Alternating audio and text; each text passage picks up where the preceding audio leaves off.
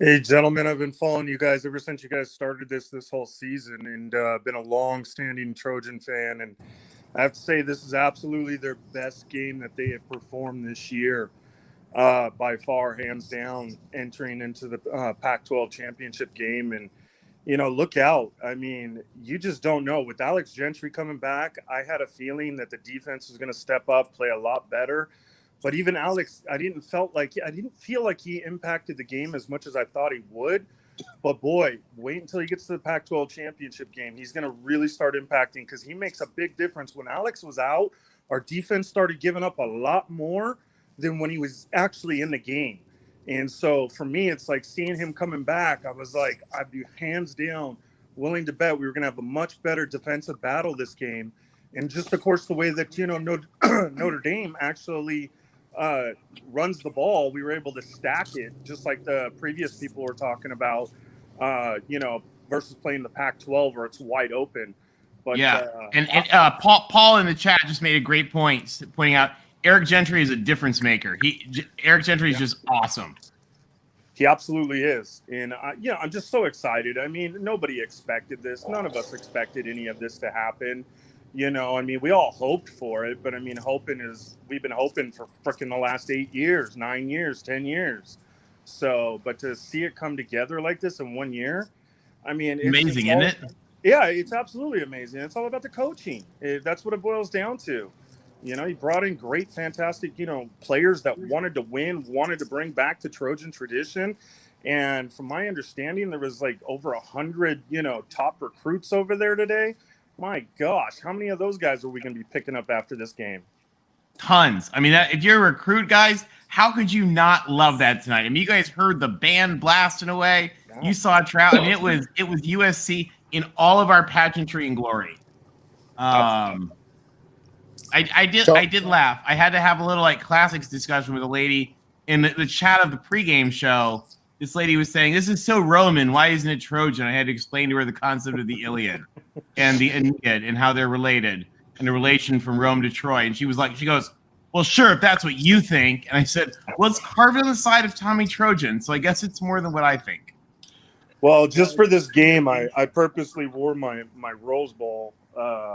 Yes. But I went to the 2017 Rose Bowl with my dad against Penn State. We were at that game, and I had to purposely wear it. Lost my dad, a few years back, and I was just telling him today, man, I'm hoping you're watching this because finally, USC football's back. It's so exciting. You got Jay Miley telling us the Coliseum was electric tonight. Guys, you could see it on TV. Like, you could feel the energy watching on TV. Damon Vargas asking, did it sell out? I was told it was a sellout. I don't know if has anyone confirmed that. Yeah, I saw online there was no tickets available as of yesterday. Okay, and it was a sellout. And I'm sorry, what is the gentleman's name that has been watching us, whose father recently passed away? Ryan. Hey, Ryan. God bless your dad. I was at that Rose Bowl, and my wife and I, we had our two young daughters at the game. They were probably 12 and 9 at the time, and they saw the comeback, and my oldest daughter was crying because she couldn't believe we came back. And I said, honey, this is what fight on means. You never give up. You never give up. And that was the greatest lesson she ever learned that day, is that it doesn't matter, because she's a soccer player. It's like, that's what fight on means. You can talk about it, but when you actually see it, it was pretty remarkable. And God bless your dad. And I want to, there was a pattern that happened tonight that happened last week as well with UCLA. Notre Dame ran for 90 yards on 23 carries. Okay, we shut down the running game, and we let Drew Pine, attempt to beat us. And he got some passes. He played a lot better than I thought. But at the end of the day, he threw the pick and he had a turnover. And they played into the game plan. So you shut down Zach Charbonnet, and you shut down Notre Dame's 3 running backs to less than 100 yards, and you let the quarterbacks try to beat you and Caleb Williams. And it just didn't happen. No. And by the way, folks in the chat are sending lots of hugs.